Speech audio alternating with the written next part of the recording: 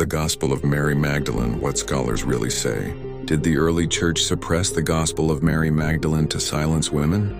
That's what a lot of people online claim. But here's the truth you wanted here in those viral TikToks. The Gospel of Mary Magdalene wasn't even written in the 1st century. Scholars date it between 120 and 180 AD, more than 100 years after Jesus. Why? First, manuscript evidence. The earliest fragments we have are in Greek from the 3rd century, not the 1st. The main copy is in Coptic from the 5th century, way later than the Gospels of Matthew, Mark, Luke, and John, which were already circulating in the 1st century. Second, theology. The Gospel of Mary is full of developed Gnostic ideas, salvation through secret knowledge, the split between matter and spirit, and calling Jesus the Savior in a Gnostic sense. Those ideas didn't exist in the apostolic age. They emerged in the mid to 2nd century alongside movements like Valentinus.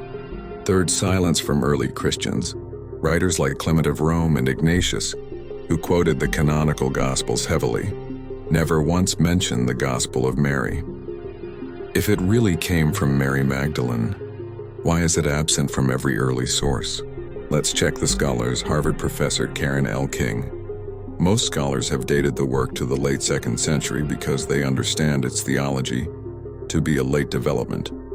Peter Kirby, Early Christian Writings. The dating is supported by 3rd century manuscripts and the presence of Gnostic theology, which suggest a 2nd century origin. Even non-Christian sources like Carm and Cold Case Christianity agree. Mid to late 2nd century, not the 1st. So what's the takeaway? The Gospel of Mary is not a hidden apostolic gospel suppressed by a patriarchal church. It's a later Gnostic invention, written long after the eyewitnesses of Jesus were gone. And that's why the early church didn't include it. Not because they were afraid of Mary Magdalene, but because it wasn't authentic to the time of Jesus. The real Gospels, Matthew, Mark, Luke, and John, were already being quoted and spread across the Roman world within a century of the crucifixion. They stood the test of history. So next time you hear someone claim the Gospel of Mary was the book the church tried to hide, you'll know the facts. It's a 2nd century text, not the voice of the Apostle Mary Magdalene. Because the truth matters.